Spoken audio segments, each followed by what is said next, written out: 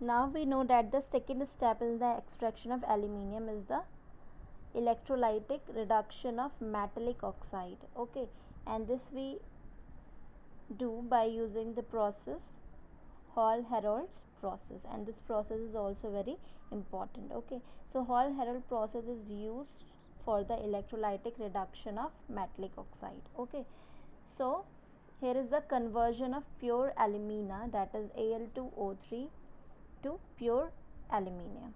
Okay, so here electrolyte we are using, the constituent of electrolyte are, first is the fused alumina, that is Al2O3, and here we take it 1 part by weight. Okay, then the next constituent is cryolite, that is Na3Al(F6), and here this we take 3 parts by weight.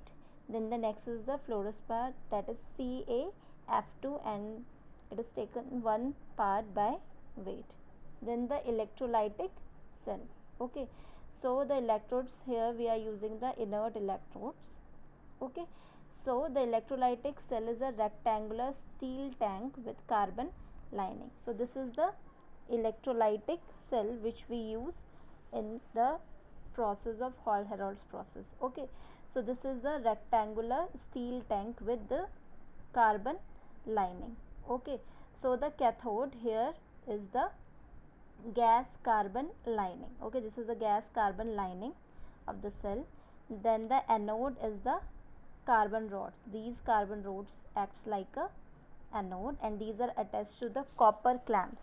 Okay, that is dipped in the fused electrolyte, and the temperature here is 950 degree Celsius, and the current we will use 100 amperes at 6 to 7 volts. Okay, so this is the electrolytic cell. Now this is connected with this control lamp, charge control lamp, and here it is connected with the batteries, and in the last we will get this in a form of molten aluminium, and we will collect it in a jar. Okay, so this is the electrolytic cell. Okay, so the temperature I have told you, temperature we will take 950 degrees Celsius, and the current 100 ampere at 6 to 7 volts. Now the electrolytic reaction, this is also very important. The electrolytic reaction is the ionization and the electrode reaction. So cryolite, that is Na3Al(F6), that is a reaction, reversible reaction. It will be giving 3Na plus Al3 plus 6F1 negative. Okay, fluorspar CaF2, it will give rise to Ca2 plus 2F negative, and the overall reaction for the aluminium is Al2O3, it will give rise to 2Al3 plus and 3O2 negative. Now see, at the cathode the reaction will be with the 2 aluminium, it will reacts with electron, 6 electron, it will give rise to 2 aluminium. Okay, so here is the addition of electrons. Okay, it means this is the reduction reaction. Okay, and here at anode 3O2 negative minus 6 electron, loss of electron means this is oxidation. Okay, now so the product form at cathode will be pure aluminium metal. Okay, so at cathode we are getting pure aluminium, and at anode we are getting oxygen gas. Okay, in the form of CO and CO2. So this is the process which involves the electrolytic reduction of metallic oxide. Now here we will discuss about the different things which we are using in this reaction. First is the fused alumina, that is electrolytically reduced to aluminium. Okay, and Al2O3 is highly stable oxide, and aluminium is has a strong affinity for oxygen. That's why we are using both this Al2O3.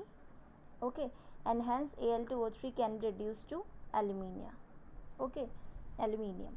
Then second is the fused cryolite and fluorspar is added to the electrolytic mixture. And what is the reason to add?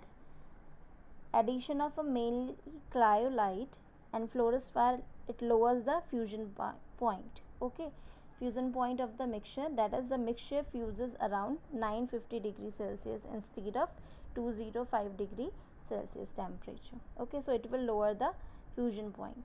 Okay, then next is the addition of cryolite. It will enhance the conductivity of the mixture, it will increases the conductivity of the mixture. Okay, because pure aluminium is almost non-conductor of electricity, so that's why it will, addition of cryolite will help to increase the conductivity.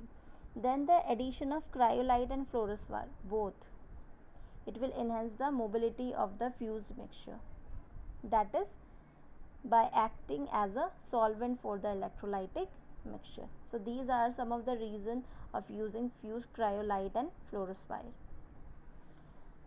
Next is, a layer of powdered coke is sprinkled over the electrolytic mixture undergoing electrolytic reduction. Why we sprinkle a layer of powdered coke?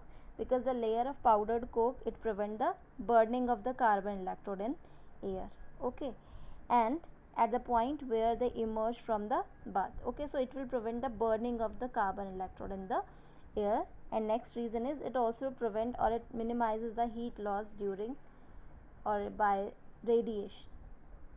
So these are some of the reasons why we are sprinkling coke, why we are using a mixture of fused cryolite and fluorspar. Most of the time they are asking this question. Okay, why we are using a mixture of cryolite and fluorspar during the electrolytic reduction of metallic oxide. Now this process of electrolytic reduction of metallic oxide by Hall-Héroult process is over.